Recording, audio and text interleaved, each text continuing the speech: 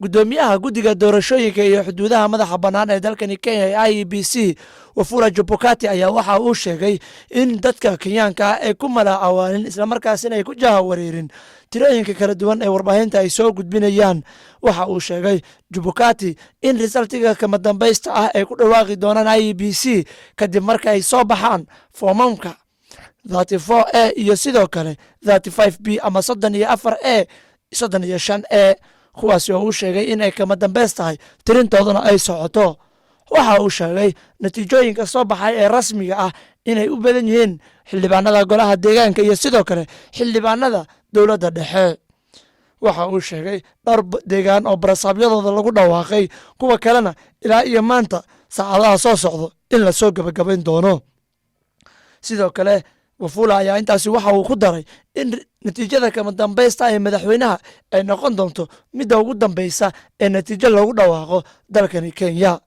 Waxa uu sheegay shacabka Kenyaanka in loo baahan yahay inay isdejiyaan, dhabar adeegna ay muujiyaan, natiijooyinka hordhaca ah ee warbaahinta ay tabinaysana aysan wax qalalaasa iyo buuqa aysan ku kicinin, islamarkaasina deegaanadooda nabdoon aysan iska fidneenin.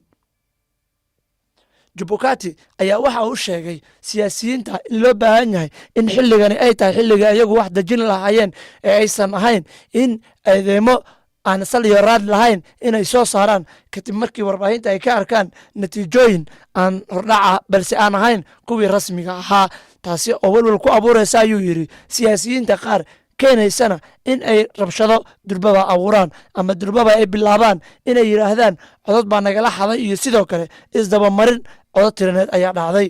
Balse waxaa loo baahan yahay in dalkani xasiloonidiisa laga wada shaqeeyo, islamarkaasina dhammaan shacabka Kenyaanka ah ay noqdaan kuwa iyagu dalkooda u tashta, hoggaanka dalkoodana ay noqdeen kii ayaga ay soo doorteen oo natiijada kama dambaysta uu ku dhawaaqi doono.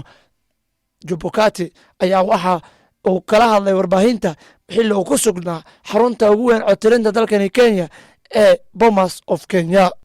Dhanka natiijooyinka hordhaca ah ee madaxweynenimo ee dalkani Kenya ayay aad iskugu dhow yihiin markaad fiiriso Raila iyo Ruto.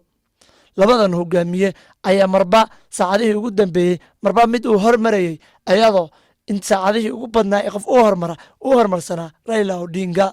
Balse saacaddu markay isbedeshaba waxaa dhacaysa marba inuu mid hormaro, taasoo loo sababaynayo deegaan doorashooyinka la tirinayo inay ku kala badan yihiin.